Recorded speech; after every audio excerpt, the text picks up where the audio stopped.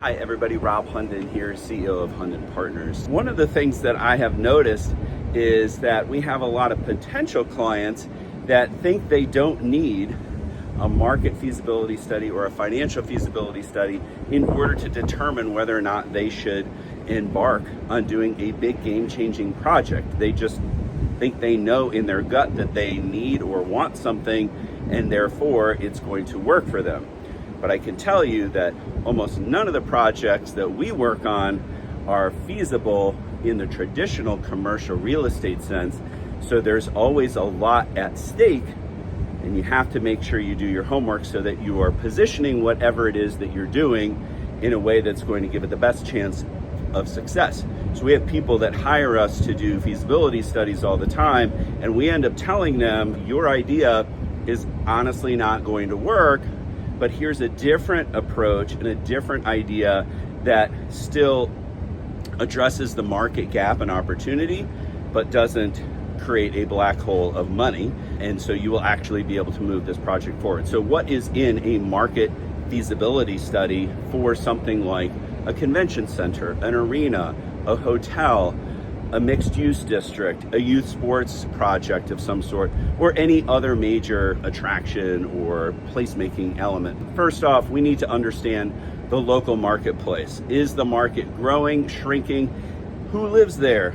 Are they educated? How much money do they have? Do they have a lot of disposable income or not? Very different between, say, San Jose, high incomes, and El Paso, Texas, lower median incomes. And then of course you have the unmeasured market in El Paso across the border that actually adds a lot of spending power to that market. So you always have to be understanding what makes up a market, who lives there, how educated are they, how do they like to spend their money, do they have money to spend? And so what are their psychographics as well as their demographics? And are they going somewhere so that if we're doing a 20-year look forward into viability, we can show, okay, if this market continues to grow as it is, that's good news for developing something, and you may want to phase that growth. But if it's static or if it's shrinking or declining, then that's also a really important thing to know. Also, we need to know, where are we talking about this potential project being in the marketplace? Is it a good location? Is it a bad location? Is it accessible, visible? Is it walkable?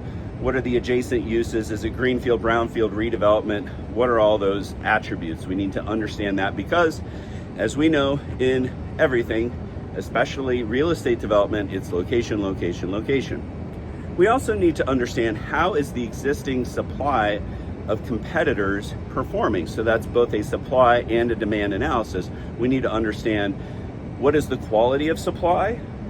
What is the location of that supply? What's the age? How are they doing? What is their market mix? How are they penetrating the market? All of those things. And what is that demand?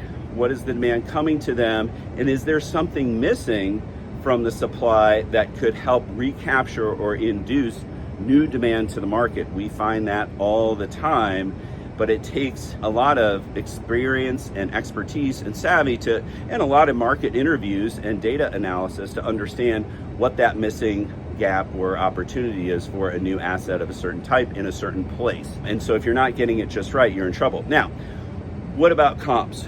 We have to understand how the comps are performing. Now, for the kinds of things that we study, there aren't always a lot of comps locally, especially if it's a big venue like a convention center, conference center, arena, stadium, mixed-use district, or a youth sports complex. Usually the peers and case studies are all over the country, but you don't have a lot of those comps nearby necessarily. If you do, you definitely need to profile those and understand them. But we also need to understand, is your idea working anywhere else? If so, how? Who paid for it? How's it performing? How many people are coming? Are they spending the night? Is it breaking even? Is it who paid for it? Generating the impacts everybody expected? All of those kinds of things, to understand what are the implications from these case studies, so that we can understand how best to advise the client going forward. Because frankly, a lot of our clients at least know they need to hire us to do this. What they don't know is much about the market for the asset that they're considering getting into. It's really, really important to understand those case studies. And then the industry trends and realities. What is absolutely happening and has been happening over the last, say, 5 to 10 years, and what's it looking like going forward? Is it normal for these things to be developed privately, publicly, nonprofit, or a combination of any of those, like a public-private partnership. So what are those realities? What has been built? Who built that? Who is moving the market? Are these being financed publicly, privately, etc.? Those industry trends where we're seeing like the advent of much more premium experiences and things of that nature, all of those things are super important to understand so that we are meeting the market where it's headed. You know, you skate to the puck as opposed to where it is today, right? So we absolutely need to know where the market's been, where it's heading, so that we can design and conceptualize something or conceive of something in the future that's going to get to the puck where it's headed and not where it is today. So those are the major things that you really need to understand when you're going through a market feasibility study. And then from there, you can draw implications and recommendations and scenarios. And then we can test those out with a financial penetration analysis and a financial feasibility modeling exercise to understand how different scenarios will play out in terms of size, scale, location, quality, attributes, all of those other things. So that's for another conversation. But today I just wanted to let you know the major components that go into a market feasibility study. We have to dig deep with all the right data sources, talk to all the right people in the right industries to understand how the supply and demand is performing, how comps are performing, how the industry is performing, how the local market is performing. Once we have all of that figured out, we can then make some pretty smart prognostications and projections and recommendations for what is going to fit the market in the future. So for now, that's it. Have a great day. Keep making great places.